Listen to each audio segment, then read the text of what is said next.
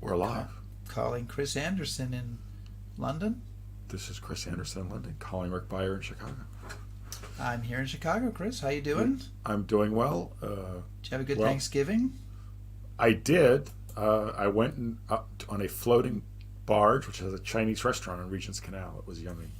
Fabulous. Well, we had a slightly more traditional Thanksgiving meal here in Chicago. We want to welcome everybody to an encore presentation of History Happy Hour.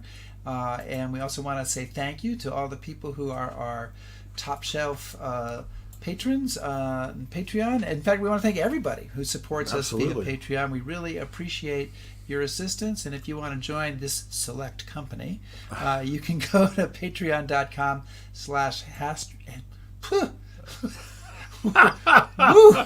Patreon.com/ what is that phrase? History Happy Hour. Okay, yeah, that's the one. And we've got an excellent show coming up today that we did originally did this show about almost a year ago with Todd DePastino about cartoonist Bill Maudlin. But it's a terrific show, Chris, and I think people will enjoy seeing it again. So give us the drum roll.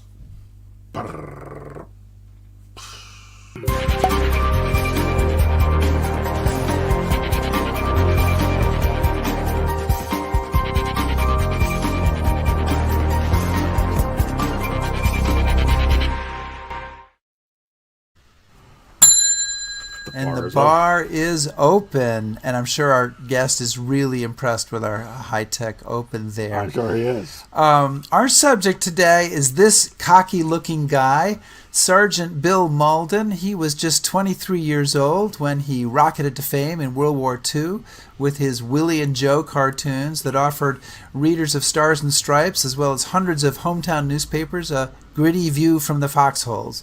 And legendary journalist Ernie Pyle declared Mauldin the finest cartoonist the war had produced, and a whole lot of World War II veterans agree with that. But what many people don't realize is, Chris, is that Mauldin had a second and even a third act as a political cartoonist, spanning another 45 years.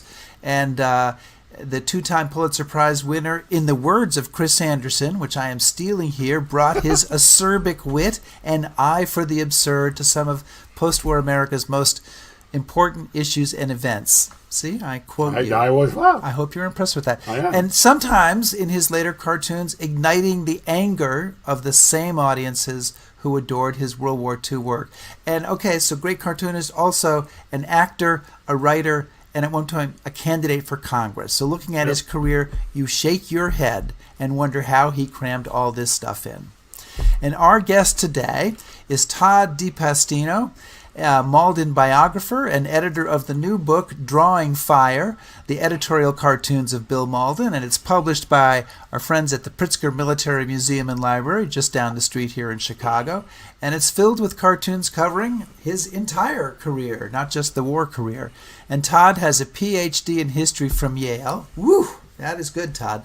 And currently serves as executive director of the Veterans Breakfast Club, a nonprofit dedicated to sharing veteran stories with the public.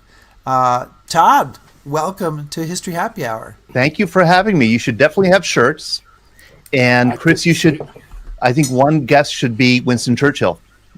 They're always. Yeah. He's already been on the show. Oh, he has? Okay. Yeah. So Todd, what are you drinking today? I'm drinking a Pumpkin from Southern Tier Brewing, Lakewood, New York. It's not far from where I live in Pittsburgh, PA. It's kind of a heavier pumpkin ale. Right. It's pumpkin pie in a bottle. That's how it's. Oh. Yeah. And I just thought it was seasonal. You know, you could take a look behind me. It goes with your background, yeah. Mm-hmm. Todd's a little upsetting to us because he's actually got a way more professional setup than either Chris or I do. So with his studio there, and it's a little of concern that he's showing us up this way, but we're kind of willing to go along with it. Well, we have our own Veterans Breakfast Club happy hour, and that's why we have the setup here. I have the setup here. Excellent. Yeah. You do it so well. And I just want to say we actually have a program called Greatest Generation Live, where we tell World War II stories, and it's on Sundays at 4, but we've preempted our program today for this. That is the most gracious thing imaginable, and we seriously appreciate that very much. And Chris, what are you drinking? Oh, I'm ashamed to say I'm drinking water. Wow. Because last night I celebrated England's victory over Ireland in football a little bit too extensively, so I'm rehydrating. Well, I have a German Hefeweizen, Ooh. and figuring that without the Germans, we never would have really gotten to appreciate the cartooning of Bill Maudlin. That's true. There you go. So Todd, speaking of Bill Maudlin, so we're going to leap right in here. One of the great quotes in the book that I just loved was from his grandmother, who said that Bill was the angriest baby she ever saw. Yeah. So why was he so angry? I mean, that was the question. I mean, that was the that was the big question of the biography: is what made him such a combative personality in his entire life? If he was not dealing with a crisis, if he was not championing a cause, he was self-sabotaging. So he had to be like in the mix. He had to be mixing it up somehow. He had to be defending he had to have a cause. And boy, if he didn't have a cause, he got into trouble. So political cartooning was just the perfect career for him. Because when you're a political cartoonist, you don't make rational arguments. You don't. You commit every cognitive fallacy. Cognitive bias. You hit below the belt. I mean, it is not a fair fight. And that was him. He fought dirty, and he had lifelong kind of enemies, and he fought battles constantly, and usually they were for good. So, but he had a pretty rough upbringing. I mean, Yeah. I That's don't where it think came people from. realize. Yeah. Could you maybe talk just briefly about where he's he was coming from? He was a hillbilly, as a self-described hillbilly from the mountains of southern New Mexico. His father was a kind of a professional hellraiser, a World War I veteran who had been gassed in World War I. He was a heavy drinker. He was a very smart guy, an apple farmer, but he was unsteady, unstable. He liked to settle disputes in southern New Mexico with his revolver. His mother was also unsteady and unstable. They got divorced when Mauldin was 14 years old. So he and his older brother, age 15, pulled an old Model T Ford from the family junk pile and drove it to Phoenix and started new lives on their own together, ages 14 and 15 in 1936. As you would, right? Wow. I mean, the guy raised himself, and he was considered. I mean, in Alamogordo, or where he was from, Mountain Park, New Mexico, he was considered kind of the runt of the litter. He was sickly as a child. He had rickets. He had tuberculosis. He was small in stature. He had these strange big ears. He said they were like open doors on a taxi cab. And he got into more fights than anybody on the mountain, and he lost every one of them, he said. So he had this prickly personality, but the one thing that he did have was intellectual genius. I mean, the kid was kind of drawing pretty elaborate drawings at age 3 or 4. He was reading novels at age 5 or 6. He was, he could do puzzles and mathematic computations, but kind of where he came from, it didn't really matter because he couldn't carry out regular farm chores. So, but a couple members of his family, a maternal grandmother, saw promise in him and kind of fed his intellectual curiosity, and that in the end is absolutely what saved him. He becomes famous, world famous at age 23 as a cartoonist in Europe.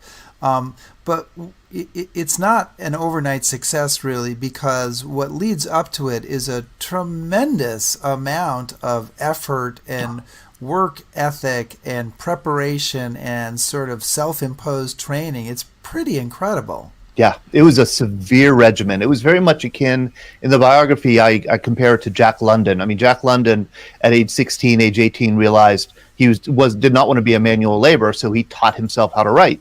Bill Maudlin did the same thing. He taught himself how to cartoon. He had no money. He had no formal training. He had dropped out of high school. So he knew that, but he could have done a lot of different things, but he knew cartooning was probably the thing that he could make the most amount of money the quickest with. And so he began cartooning professionally at age 13, 14, even before he left Mountain Park, New Mexico. And he had enough money at $500 to put himself through 1 year at the Chicago Academy of Fine Arts. And he had this demanding regimen every night, that 1 year in Chicago, where every single night he did 10 original cartoons. Wow. And sent them out to 10 magazines every single night for one full year. He ended up selling just like 6 or 7 but to it's Arizona actually highways. it's even cooler than that, and we're pulling. You talk about this in Drawing Fire. He's sending out cartoons he's sending 10 cartoons to the New Yorker, but he's getting the rejection notices from the ones he sent a week before, and now he's putting them in another envelope and sending them to the next magazine down the tier. And at any night, he's got about 10 different envelopes of cartoons going out. Completely shuffling the envelopes every night. He would go to bed at 3 or 4 a.m. He would smoke cigarettes and stay up all night. And yeah, he'd take the New Yorker rejection cartoon, put it in the Collier's envelope, post that one, then take the Collier's rejection cartoon, put it in the Saturday Evening Post envelope. I mean, that's and he did that every single night. 10 original ideas. And he said what he taught him was, it taught him how to come up with ideas quickly and how to draw quickly, compose. When you're a political cartoonist, you have to be original, funny, insightful, all at once, every day. That's a really hard job. You are under a tight deadline, and you have to produce. You have to produce. So it's like the Malcolm Gladwell scenario here, with 10,000 hours. Yeah. So Definitely. I mean, obviously he had some natural talents, and he had that one semester. But did you? Well, 2 questions. One is, did you encounter anything where he said, I saw a cartoon by X and that inspired me, or he just doodled and he kind of arrived at this by himself? I mean, he would absolutely. He would never talk about his inspiration. He would say that his inspiration was an article in Popular Mechanics that said that Chick Young, who created Blondie, made $100,000 a year. That was his inspiration. His inspiration. He wanted to escape poverty. Sure. Now, he was an artist. He was a serious artist, and I think secretly he took himself seriously as an artist, but he would never admit that. He would say, "I'm a cartoonist," which is what you call a failed artist. Right. So now, do any of? I mean, we're all familiar with the World War II cartoons, and I want to get into that, obviously. But are there any of? Did he keep any of these early ones, these survivors, and did they show the same kind of sarcasm, and are they as biting as? No, they're not. They're good. They're good. Yeah. They're good cartoons. They're good, goofy gag cartoons. They feature a lot. He's from the West. They feature a lot of Native Americans. They feature a lot of cowboys, horses. He loved to draw trains and planes and automobiles. He loved mechanical drawing. So there are a lot of sight gag cartoons. Pigeon Indian English cartoons. But the cartoons turn really serious once he experiences combat for the first time. And one riddle I never quite unlocked was how his style changed so dramatically, so quickly in the mountains of southern Italy during the Italian campaign. It's like he got shot at for the first time, and his whole style changed very rapidly. So to kind of get to that point, it's worth mentioning that because he's not making enough money as an artist there in the West, he enlists. He's serving as an infantryman in the 45th Division and doing a little part-time cartooning for the division newspaper. They go over to Italy, and eventually, as things work out, he hooks up with Stars and Stripes and becomes a full-time cartoonist for the 45th Division magazine or newspaper, then for Stars and Stripes. Go ahead. You wouldn't mind me interrupting you. I want to share my screen to show. Go ahead. A kind of cartoon that he was doing in training with the 45th Infantry Division. He joined the 45th Division in September of 1940, right before it was federalized. Actually, he joined the Arizona National Guard right before it was federalized and made part of the 45th Division. And so he wasn't given a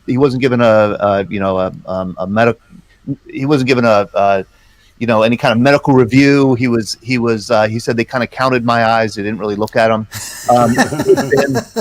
If he had been examined, he would have not been able to enter the army because he was underweight and malnourished. He joined the army because he was hungry. He needed 3 meals a day. He was unemployed, and he immediately volunteered to do cartoons for the 45th Infantry Division News. And these are the kind of cartoons he was doing right away. He loved the infantry, but you could see there's Joe, the Indian, sitting down. He's a Choctaw Indian. The 45th Division was probably the most ethnically diverse division in a racially segregated military that the U.S. had. There were a large number of Native Americans in that division, as well as a large number of Mexican Americans. and Bill was in a minority of Anglos in the division. So you have the soldier on the right sitting down is Joe. He's a Choctaw Indian. And then you have a soldier on the left who's Willie. And they're marching through mud. And these are training cartoons. These are like, he is reflecting the life of the infantry grunt in training back home, back to the infantrymen who are reading these cartoons in the 45th Division News. So the infantrymen loved him because the infantry was on the lowest rung of all the military branches in World War II. Right, so that's what it looked like before he saw combat, and this is how it was transformed very quickly after his combat. It gets rougher, more rough-hewn. The lines get thicker. The mud gets deeper. The jokes get a lot more serious. I wish I could stand up and get some sleep. You really get a sense of just the discomfort, everyday discomfort of life at war. And I think that, first of all, Todd, we want to say you're the first guest in 35 weeks that we've allowed to share a screen, and this is a new technology moment for History Happy Hour. It's almost worth a toast for that. I think a lot of our audience is familiar, but perhaps not all are familiar with these characters who become legendary cartoon characters, Willie and Joe, the combat infantrymen. And although he is becoming famous before Willie and Joe, they are really what cements his fame. So talk a little bit about sort of how he gets there, and maybe share a few of those cartoons with us. Yeah, he gets there really with, he was a rifleman in the 45th Infantry Division. He trained with them, shipped overseas with them, landed in North Africa, and then was at his first beach invasion, which was the invasion of Sicily on July 10th, 1943. And that's where he saw his first combat experience. I mean, that night that he landed, a call was put out, and I've talked to plenty of 45th Division vets who remember this very well. A call was put out, look out for paratroopers, and thinking that the Germans are going to drop paratroopers on their positions in Sicily near Scaliti. It turns out it was the 82nd Airborne at night, jumping from planes, and the 45th Division shot him down. I mean, he woke up the next day and saw dead American airborne troops hanging in trees that had been killed by friendly fire. He said this was his first lesson of war. Nobody knows what they're doing. And it was in that kind of environment, the kind of chaotic, extremely high-stress environment, that Mauldin did his best work. And I've heard this before from veterans, very eloquent veterans who talk about the combat experience. Many of them will say that your senses just get sharpened. Your perspective gets sharpened. Eric Severide, who was a great correspondent during World War II, he said, you see a tree for the first time in all its treeness. I mean, combat gives you new eyes with which to view the world, new ears with which to hear it. And it is like he incorporated that new sensibility, that new perspective in his cartoons. And he focused right away on the power of, the buddies. It's like the cartoons are like a buddy movie. You have Willie and Joe. They're two buddies, and he always imagined them as very different. They would never have been friends in ordinary life. One was older, one was younger, one was maybe conservative, one was liberal, one was maybe more educated. And he said, but the thing about combat is you become closer than you are even to your own family. And so they had this bond that was unbreakable. They supported each other and they saved each other. And that was the ethic, I think, that pushed, and the sweetness. The beauty, his cartoons are really about love. Mm-hmm. That's what they're really about. A kind of love that's hard to capture and hard for those who don't experience combat to understand. Well, one of the things that I find very compelling too is that he becomes famous, and he's achieved that thing that he wanted, which is fame and financial. But as you said, from that first combat experience, he picks the infantry and he says, I'm telling their story and my audience is them. And if all you people in the other branches and the public and civilians, if you want to come along for the ride, that's great. But he doesn't really, leave that audience. Yeah. Which I find really kind of interesting. He doesn't. And it's hard for us to think back to 1941, 1942 even, when the infantry I had mentioned, was on the lowest rung of the military hierarchy. I mean, all the publicity was going to the elite groups, Army Rangers and the Marine Corps and airborne troops, and everybody wanted to be a fighter pilot or even a bomber pilot. Even the Merchant Marine had their own movie with Humphrey Bogart. Right. The construction battalions, naval construction battalions, had their own movie. The Fighting Seabees. I mean, and that was on purpose. The War Department in 1940, 1941 really thought that if they were going to fight a two-front war, it was going to be won through high technology, long-range artillery, high explosive artillery, air power. That Army infantry was going to really just kind of sweep in to police up after elite units had already taken the ground. So the infantry is where you ended up if you were like Mauldin, unemployed. The infantry was where you ended up if you had never worn shoes, if you had no skills, if you couldn't read or write, if you came from the kind of background that Bill Maudlin came from. He served with people who were not fit or equipped for the more elite branches of service. And so the infantry was derided, it was neglected. They got World War I vintage equipment. They were given no respect. I mean, truly no respect and no publicity. Mauldin was really one of the first, along with the great Ernie Pyle, to cast attention onto the critical role of the infantry, because it was there where Mauldin was in Italy in 1943 that the War Department realized they were wrong, that they were going to need masses of infantry to win this war. It was going to be a long, difficult slog, and no amount of air power was ever going to evict the Germans from those mountains of southern Italy.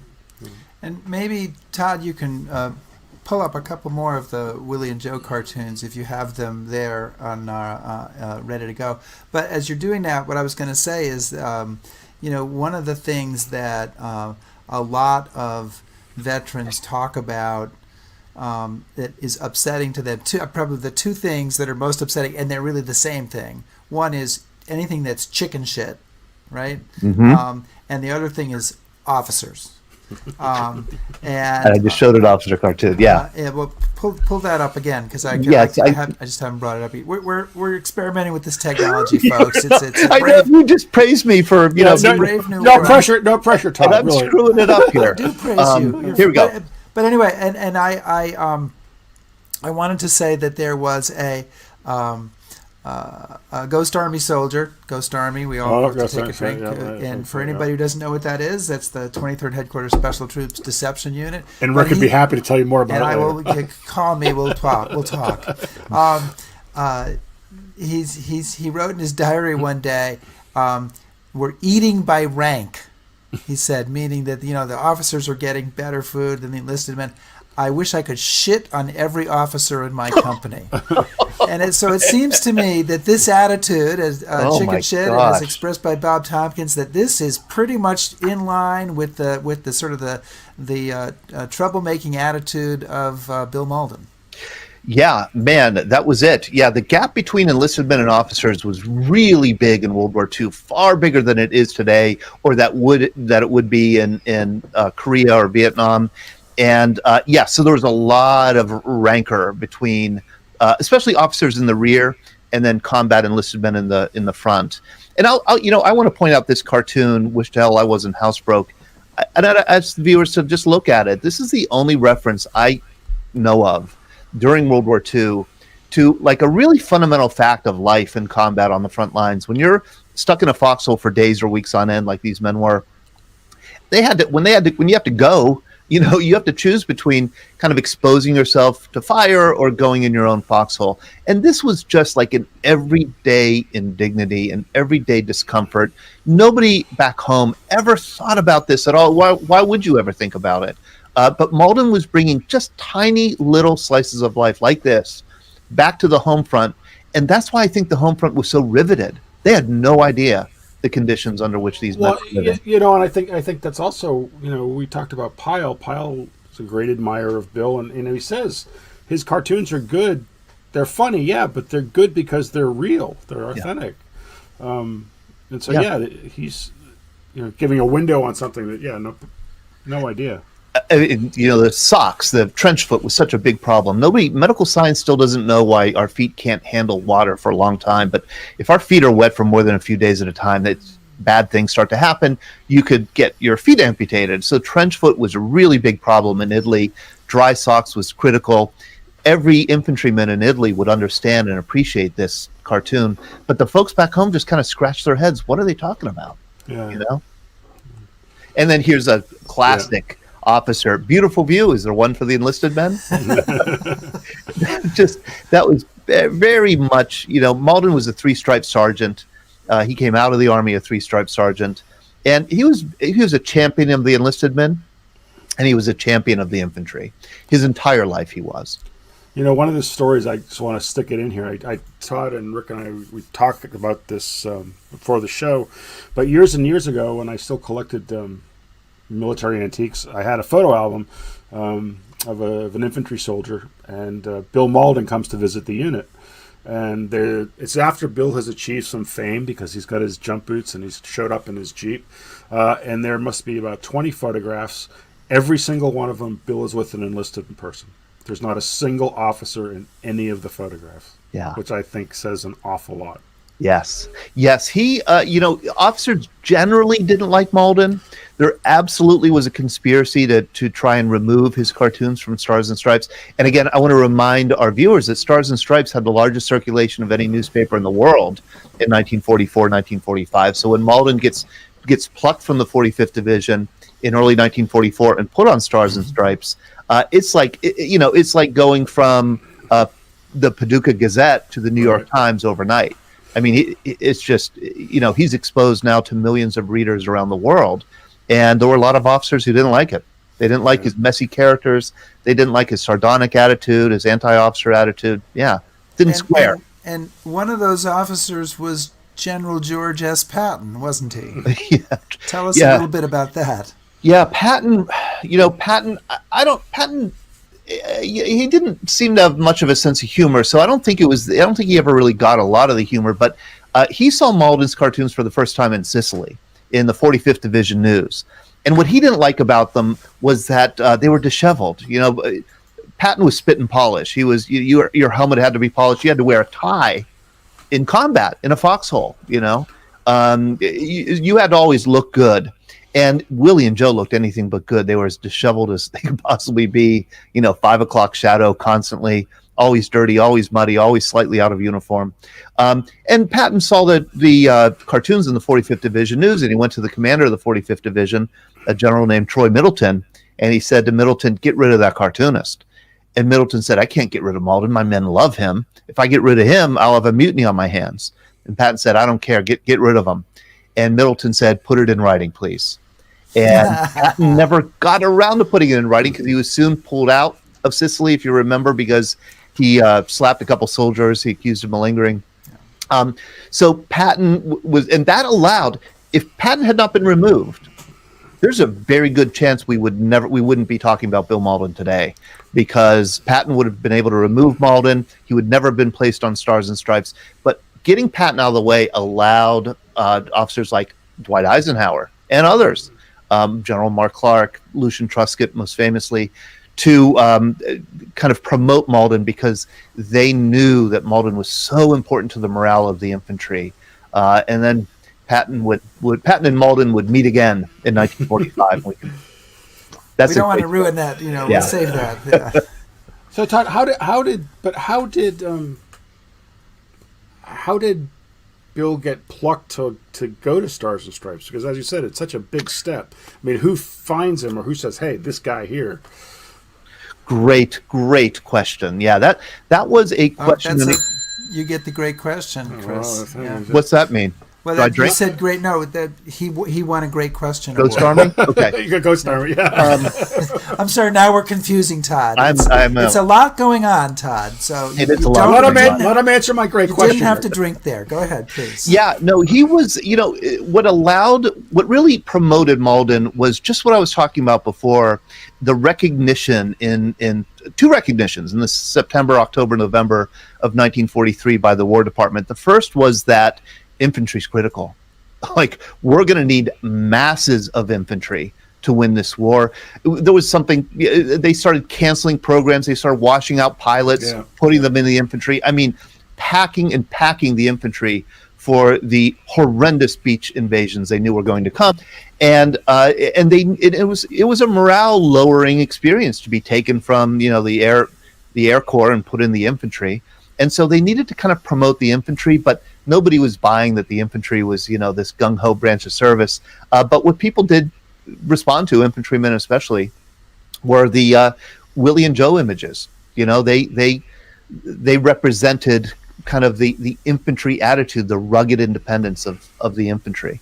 But do you know, who it was that said, hey, God, this cartoon, we got to get him on Stars and Stripes?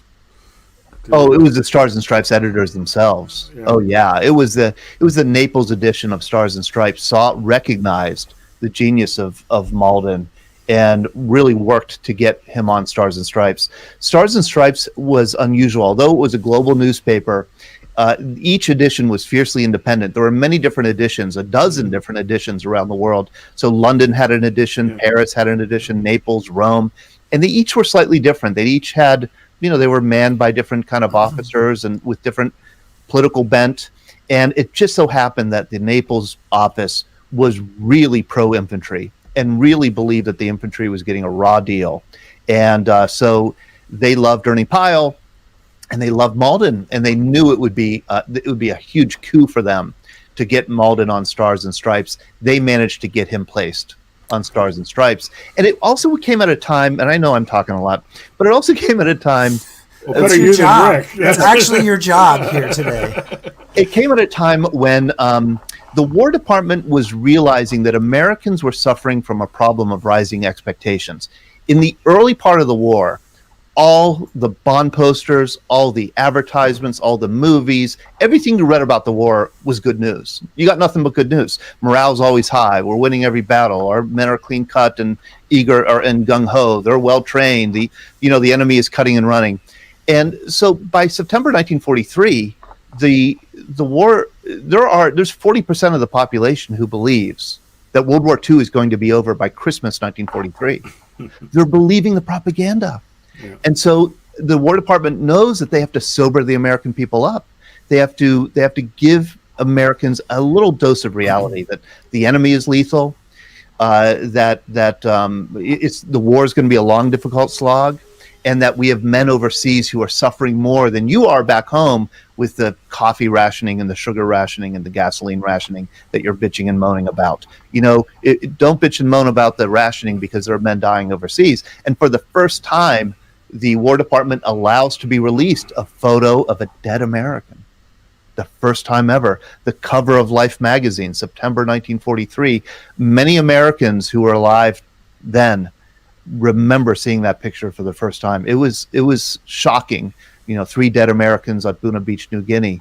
And Mauldin's cartoons were just perfect for that kind of new publicity campaign. They were just grim enough, they were just dark enough to kind of sober the American people and prepare them for a longer, more difficult war with higher casualties. We could probably take the whole hour talking about World War II, and I'm sure many people would enjoy that. But we do want to touch on the rest of his career. I first want to say, again, that we're talking with Todd DePastino, who's the editor of Drawing Fire, also wrote a biography of Mauldin called A Life Up Front, which is excellent. I'm not done with that one yet, but I'm getting there. And you haven't started, have you? I'm 100. I like him. I'm 200 pages in, for heaven's sake, and I only started on Friday, so stop it.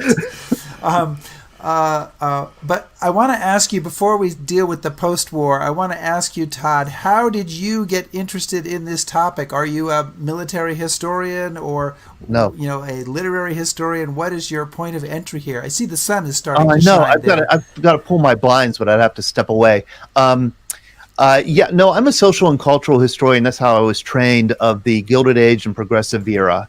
My first book was based on my dissertation, which was a history of homelessness in America, Citizen Hobo: How a Century of Homelessness Shaped America. My favorite review on Amazon of it is that, boy, is this book a snoozer.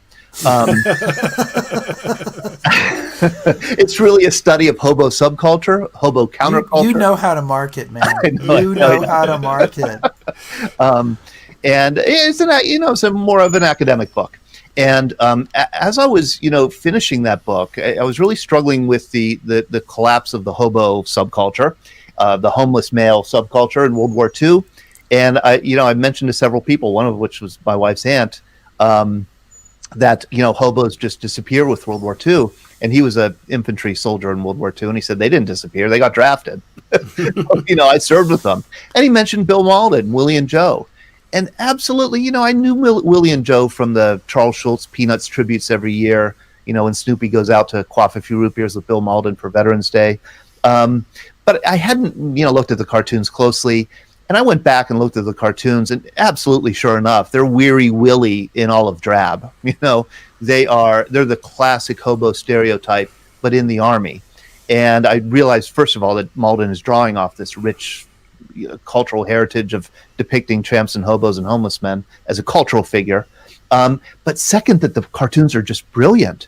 He did 700 of these during World War II, and collectively they're one of the great masterpieces of the 20th century. They show you a slice of what it's like to serve in the military, what it's like to serve in war that I'd never seen before.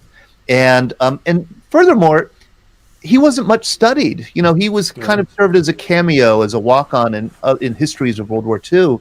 But the more I found out about his life, and 3 marriages and 8 children, and last wife younger than 3 of his children, and he ran for Congress and quit cartooning, and became a political cartoonist, a Hollywood actor.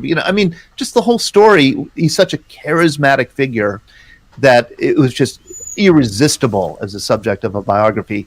So I wrote a letter to the family. This is anybody who's working on a biography knows this process. You figure if you're going to write a biography of somebody, now it's time to approach the family. And this is when it gets hairy, because sometimes families don't want to have a honest depiction of they don't want to cooperate. I wrote a letter to one of his sons, David Mauldin, and then followed up with a phone call. And David said, oh man, do we want Dad's art to be taken seriously? He was such a great artist. It's wonderful to have a scholar who's seriously interested in his work. And please make sure to talk about what a son of a bitch he was. And it's that's like a dream for a biography. A family that understands the historical and cultural importance of the figure, but is willing to face the warts and all kind of approach of a serious biography. Now, if you've got one more Willie and Joe cartoon that you can put up, do you? Yeah. Put it up. We'll talk about it for a minute. Will you go shut the blinds? All right? All right. You're going to feel better. We'll interpret it. We can do it. We can do it. All right, you go. Here we go, Chris. This is like live action. This is amazing. What do we got here? Talking about Patton. You are entering the Third Army. Fines, no helmet, no shave. Well, I did read that when in the biography, that excellent biography that Todd thinks I haven't read, that when he was going to have, Bill Maudlin was going to have a meeting with Patton, which he did, that he did stop and kind of fix up his Jeep and sort of decustomize it a little bit so that it would fit Third Army specifications when he got into Luxembourg, where his headquarters was. Oh yeah, Mauldin had to polish his helmet. He had to wear a real uniform. He never wore a real uniform. In Stars and Stripes in Italy, you referred to your officers by their first name. There was not the traditional military. And then Bill Maudlin had his own Jeep. Yes, nobody had their own Jeep in the entire Army, but he had his own Jeep with his. Lucian Truscott got him, right? Isn't that right? Mark Clark, General Mark Clark, the commander of the Fifth Army at the time. A man who liked publicity of any kind. Yeah, you bet. Yeah, exactly. He sure was a publicity hound. But this cartoon is the one that Mauldin did immediately after his famous meeting with Patton, when Patton dressed him down and told him that the Krauts ought to pin a goddamn medal on him for what he's done for them, for lowering morale and the fighting strength of the Americans, and ordered him to go out and be a good soldier. Mauldin went back to his Jeep, and this is kind of incredible that Mauldin had the foresight to do this. He brought with him from Paris. Mauldin drove from Paris to Luxembourg, where Patton was stationed, for this meeting. That's the only reason he went there. He brought with him Will Lang, who is the Time Life correspondent, war correspondent. And Will Lang was there. They were friends. And Will said to Bill, "So what, you going to give me an exclusive quotation?" And Bill said, "Yeah. Here's my quotation. He gave his point of view. I gave mine. We didn't change each other's minds, but we parted good friends." And then he did this cartoon to be released immediately after the meeting, in conjunction with the Time magazine article on the meeting between Patton, a three-stripe sergeant, and General Patton. And this cartoon is all about Patton's Third Army. George Patton was the commander of the Third Army. You are entering the Third Army. Fines: no helmet, $25. No shave, $10. No buttons, $10. No tie, $25. No shine, $12.50. No shampoo, $25. Windshields up, $25. Trousers down, $50. Enforced by order of Old Blood and Guts. And there's Willie and Joe in the Jeep. Radio the old man will be late on account of a 1,000-mile detour. They're going to drive around Third Army so that they're not arrested, because Mauldin was arrested for being out of uniform. We are, I swear, going to move to post-war. Chris, you're going to ask the next question, right? It's going to be about the post-war period, right? I'm sure. hoping? Yes. Yeah. Okay. Yes. Good. But before we do that, can you put that cartoon back up again? Because I want to point out one thing and just address one thing that Chris touched on before, and I want to mention, which is the degree to which Bill Maudlin took authenticity seriously. And by which I mean the attention to detail. And so part of this is, if you look at this Jeep, and it's got the I don't even know what it's called, but the wire cutter on the front of the Jeep. It's got a box, it's not bungeed because they didn't have bungee, but it's got a box tied to the top of the Jeep. Whenever he depicts equipment that infantrymen are using, it's extremely important to him to be accurate in every detail. Yep. So I just found that really interesting. Yeah, he said, boy, if you don't get it right, and I just know this working with veterans. I'm not a veteran, but I've worked with veterans for 12 years. Yeah, if you get a little detail wrong about any piece of equipment that they use, man, you hear it. If you call a ship a boat or a boat a ship to a sailor, you hear it. You get corrected right away. Yeah, it's so important because as an infantryman, you live, everything that you have, you carry with you. So you live with very few pieces of equipment. Those pieces of equipment are essential to your life, and they resent seeing it depicted wrong. So Todd, can I move on now, Rick? Please. Okay, good. We could, we could obviously talk about the war for the whole show, but I really want to kind of start getting a little bit into his post-war career because I don't think people know enough about it. So he's 23. He's got the Pulitzer. He's famous cartoonist. He could go on. And Ernie Pyle kind of sits him down and says, "Stop. Take off. Stop cartooning. Get away from all of it if you want to be good." So he gets involved in a whole bunch of other things. So what are some of the other things he gets involved with? And then how does he come back to cartooning? Yeah. I will rush through this story because it's so fascinating. He comes home. He's married and has a child he's never seen. Hasn't seen his wife in a couple years.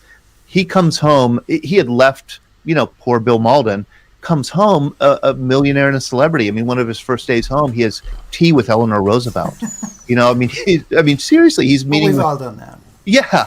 He's meeting with celebrities are contacting him because they want to meet him, so he tries to kind of fit in back home, and it just isn't not working. And he wants to take Ernie Pyle's advice seriously. He wants to get out of cartooning. He said, I was like an 18-year-old kid when I joined the Army. I don't know what it's like to be an adult, a civilian. I need time away. And the syndicate, United Feature Syndicate, would not let him out of the contract. They knew he was a gold mine for them. And so he started cartooning about post-war life. And a lot of it was just about domestic rubs with his wife and, Willie and Joe trying to get a job. But over time, the marriage fell apart very quickly. But over time, he really begins to be haunted by how do you justify the catastrophe that I was witness to in World War II? He saw death and destruction everywhere. And the worse the war got, the richer he became. The worse the war got, the better his cartoons got, and the more important he became. And he lived with that guilt his entire life. He not only survived the war, it's like beyond survivor's guilt. He not only survived the war, he got rich off the war. And he was a war profiteer, I think, deep down. I think that's what he worried that he was. So he was always looking for a way to justify the war. And the way he ended up coming down in the fall of 1945 on was that, the war is justified if America is made better and if the world is made more peaceful and more equal and, freer because of the war. So he really started kind of campaigning for civil rights. This is in 1945, 1946, equal rights, civil liberties, not rushing into World War III with the Soviet Union. He becomes very political very fast, and man, did readers turn against him for that. Do you have a couple of those to show? Yeah. Because he paints a very, we have this image of America after the war, of the guys came home and it was great, and the veterans build America, but he shows a side of post-war America very often that's kind of challenges that. Yeah, there was a real resurgence of the Ku Klux Klan in 1945, 1946 after the war. There were some high-profile lynchings of African-American soldiers in the South after World War II. There was widespread discrimination, as you probably know, against Japanese Americans in California. And what bothered Bill about that was that he had been witness and friends with members of the 442nd Regimental Combat Team, the Nisei combat element that fought with such valor in Italy and southern France and Germany. And when these soldiers went home, these Nisei soldiers, these Japanese American soldiers went back to California, like in this cartoon, they would go into a bar and there'd be a sign taped up like that. You can see in the back, "No Japs allowed, America for Americans." And there's a wounded, Japanese American soldier. This kind of discrimination absolutely enraged Mauldin. Enraged him. Here's another cartoon he did about that. Here's a Japanese grocer now taken over by a white Anglo, and the caption is, "Nah, we don't have to worry about the owner coming back. He was killed in Italy." That's pretty dark. That is pretty dark. And of course, he covered the resurgence of the Ku Klux Klan with many cartoons. This is one of them. He just, he would always say that one thing a bully hates is to be laughed at. Go home, Junior. You're making me look silly. Right. But what was the reaction to this turn? The reaction was fierce. Man, they did not want these kind of, the syndicate was fairly conservative, and most of the papers, and there were 300 of them that subscribed to Mauldin's cartoons, they were pretty conservative. This was a hot button issue. They didn't want, they wanted him to be funny. They didn't want him to be sharp and sardonic. He argued that he had always been sharp and sardonic, that his cartoons had always had a political flavor to them. And so they started changing, they started censoring his cartoons, changing the captions. They would white out offensive pieces that they saw, offensive figures that they saw in the drawing. His contract allowed them to do it. He would hit back twice as hard. Here was a good fight that he would engage. This, Todd, interestingly mirrors the experience of some other journalists who came back, and I think of Edward R. Murrow. His famous broadcasts from London, this is London, to the United States, and bringing the country together. But then he comes back and he wants to sort of do editorials and commentaries that are much in line with what Bill Maudlin is doing, and suddenly it's like, no, we don't want those commentaries. We don't want you editorializing now. We want you to be what you used to be. Do your old stuff. Yeah, it was a disillusioning experience coming home. I mean, for Mauldin, the army, the war, being overseas, serving in this multi-ethnic, multinational allied force, seeing so much of the world, seeing how so many different peoples from all over the world suffered during the war. It was an eye-opening, transformative experience, and he came back a different person. And I think he assumed that the country had changed also, that the country had opened up, opened up for Russians, opened up to refugees, opened up to the suffering masses of the world. And he found that wasn't the case, that in fact, Americans were pretty eager to kind of close up again, to go back to America first and close borders. And there was a big debate about should we allow refugees, displaced persons from World War II to come into the country. Mauldin, of course, took up their cause. And I think it was disillusioning for him to find that the country didn't see things the way he did. Do you think Bill ever got over the war? No, he never did. No, he never did. He took the war. I mean, at the end of his life, he was so sick and he had dementia. He didn't really recognize friends or family. The only people he recognized were fellow GIs. Those are the only, on his deathbed, he knew who the GIs were. He knew, he remembered World War II, but he didn't remember anything else. That was by far the most meaningful part of his life, but it was the part he was always trying to escape. What do you do? I mean, he tells a great story that he's sitting in a steam room with Orson Welles in Hollywood in 1946. Well, we've all done that. We've all been there. Yeah, this is at a time when Mauldin is writing for Hollywood before he actually acted. And he's sitting in the steam room, and Welles had always wanted to meet Mauldin, really admired him, and said to Mauldin, you and I are just the same, kid. That, we both got too much too fast, and we have to figure out how to live the rest of our lives. And Mauldin never forgot that. That was it. He was, what do you do when you reach the peak at 23? How do you spend the rest of your life? That was a challenge for Mauldin. So he spent his life running away from the war, in a sense, trying to reinvent himself after World War II, and he never really could. He was traumatized by the war. He absolutely had post-traumatic stress that he didn't deal with well, and it never left him. Well, and he kind of has this intermission where he leaves cartooning, and I think we're going to have to kind of skip over it. But he's you're trying to move me along, and I am. Yeah, he's in a movie with Audie Murphy, Red Badge of Courage. He runs for Congress in New York. He writes a book about his childhood. He becomes an airplane pilot. Yeah, but he goes back to cartooning, and he is still successful, but he's now kind of it's a much more of a political cartooning. Yeah, the guy's a genius. He gets back into political cartooning in 1958 with the St. Louis Post-Dispatch. He spends 4 years there. Within 6 months, he wins another Pulitzer Prize, and then he moves to the Chicago Sun-Times and ends up spending 30 years there.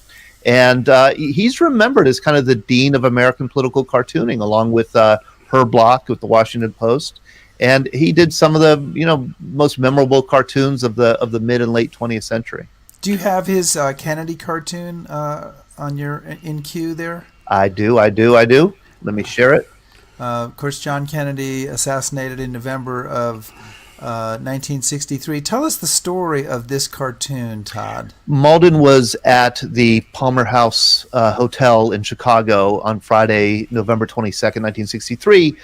When he heard that Kennedy, he was at a luncheon there. When he heard that Kennedy had been assassinated, everybody went home. He instead went to the office. It was his day off. And he realized if he could get a cartoon in for the next day's paper, he had to do it. And he went to the editors, and the editors told him he had an hour. So he really cast about, what do I do for the Kennedy assassination? He thought of the Lincoln Memorial. He, thought of the parallels with Abraham Lincoln, and came up with this idea of Lincoln grieving, kind of in disbelief with his head in his hands. It was the fastest Mauldin ever really drew a cartoon. He didn't like it, actually. He said that the hairline was wrong. He got Kennedy's hairline instead of Lincoln's hairline. He was very self-critical. He ran it down, got it engraved just in time, and the engraver immediately saw that this was a masterpiece.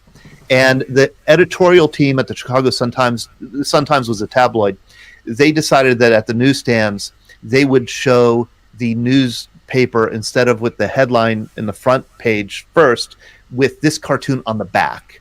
So the paper was displayed with this on the back. This became kind of the most requested cartoon in America in the 1960s. And this, oddly enough, did not win a Pulitzer Prize. No, it did not. Probably should have. Yeah. Christopher, we're just gonna go a few minutes long. That's just the way it is. I think this is gonna be a show that's gonna go to 105, hour and 5 minutes or so. He's saying I'm talking too much. Deal with it, people, and leave if you have to. Let me share another cartoon that he did. And he did, how he would work is he'd be out and mix it up among people. He was the kind of artist where he tried writing novels, he tried writing screenplays, he tried doing oil paintings. He wanted to be an artist, but he never really could. He was not the kind of artist who could just create out of the richness of his imagination.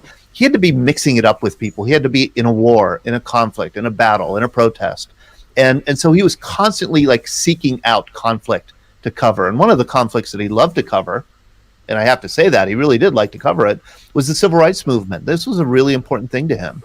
And, one day in 1962 or 1960, there's a coverage of some civil rights sit-ins and black kids, young men being beaten up by what Maudlin would call rednecks in the South. And he did this cartoon. Let that one go. He says he don't want to be my equal. And this was very much kind of Mauldin's approach to bullies. Again, that you've got to make fun of them to the point. You got to make fun of them in a way that they don't understand that they're being made fun of. And he always liked this cartoon, and he redid it 10 years later for the women's movement. My woman's okay. She says she don't want to be my equal. So Todd, as you were researching the biography and researching Mauldin, did you ever come across anything where he commented on the fact that he has this large body of post-war work that says important things, but what people keep wanting to see are Willie and Joe? Oh yeah. Oh yeah. How did he say about that? I mean, was he? I would say that it was sometime in the 1980s, the mid 1980s. He reconciled himself to it, to an extent. He said, "I didn't create Willie and Joe; they created me.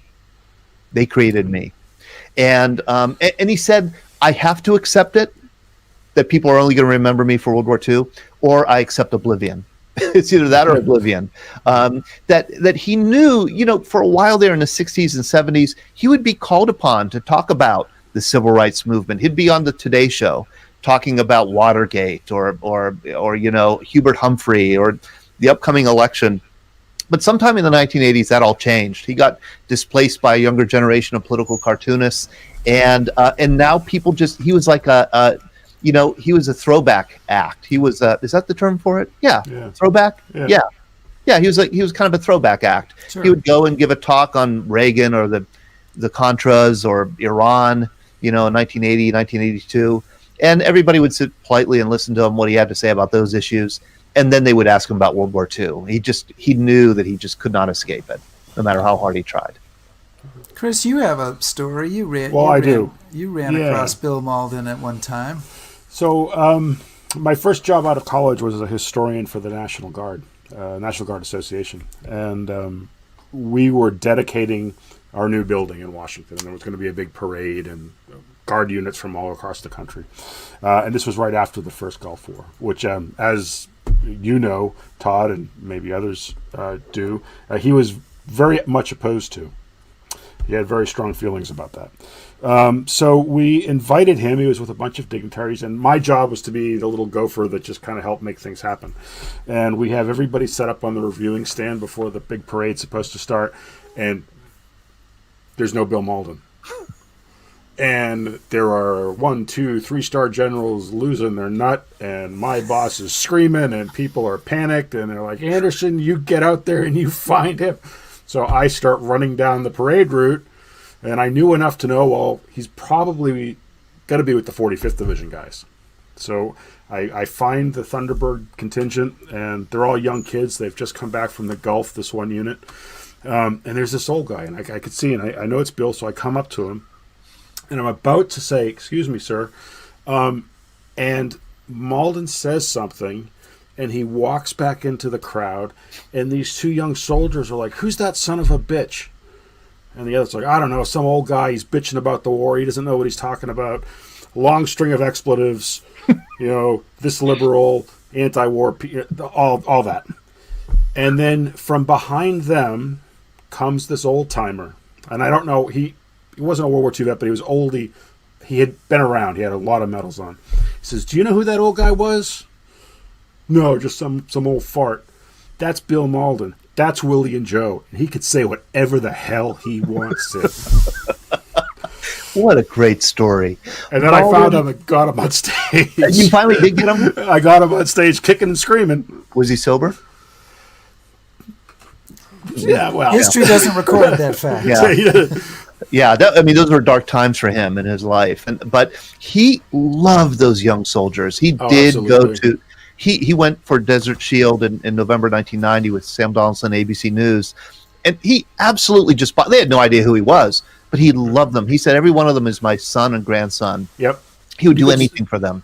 You could see him in the crowd, even though he was clearly having an argument with these two young kids.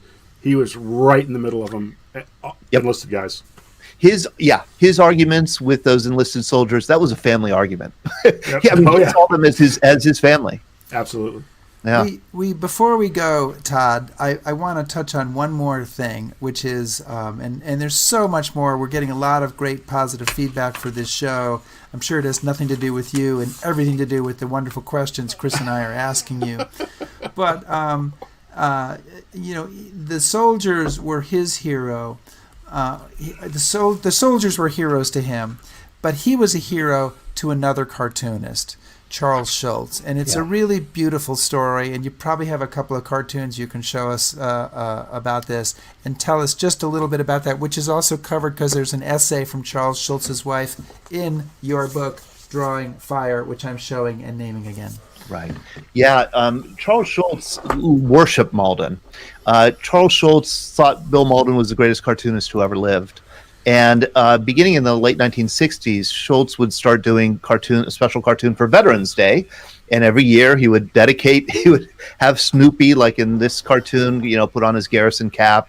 And Snoopy would go out and quaff a few root beers with Bill Maudlin.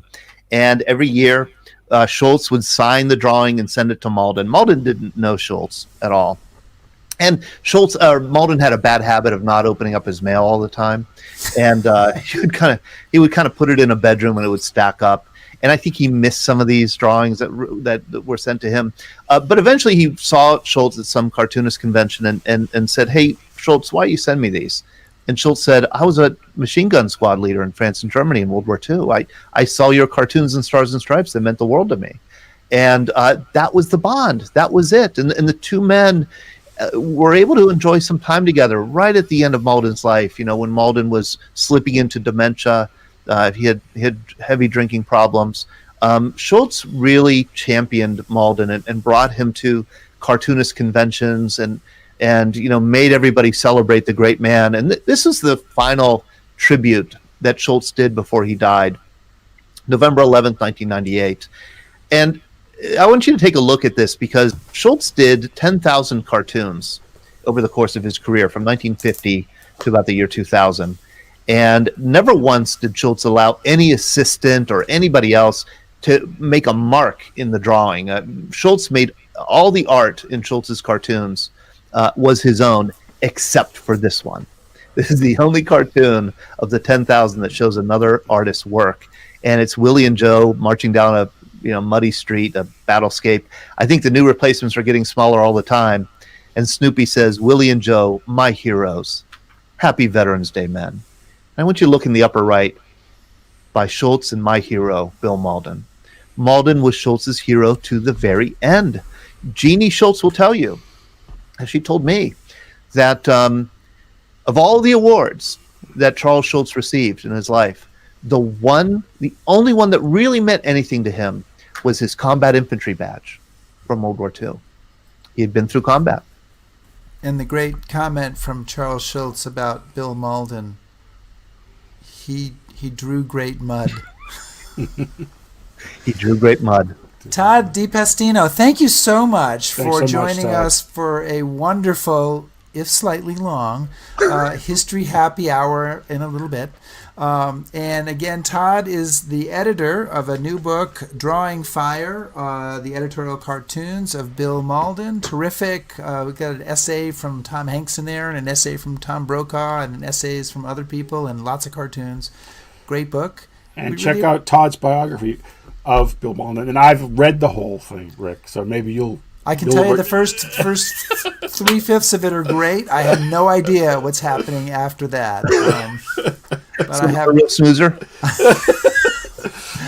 that might be my review on Amazon. Todd, thank you so much. Todd. And if you'll hang on the line there a minute, we'd love to chat with you before you go away completely. Okay. So, Chris, I really enjoyed that show that we did last year with Todd DePastino. And what do we have coming up next week? We have one of History Happy Hour's favorite guests, Helen Fry, and she's going to be back with us to talk about her new book, Spymaster, which is a biography of Spymaster by the name of Kendrick, who ran all sorts of things and got up to all sorts of things he probably shouldn't have. during World War II. During World War II and before. Yeah, and that'll actually kick off a bunch of other World War II shows we've got coming up in December. So please join us next week for Helen Fry and for the other shows later on this month. Thanks, everybody. Take care, everybody. Be safe.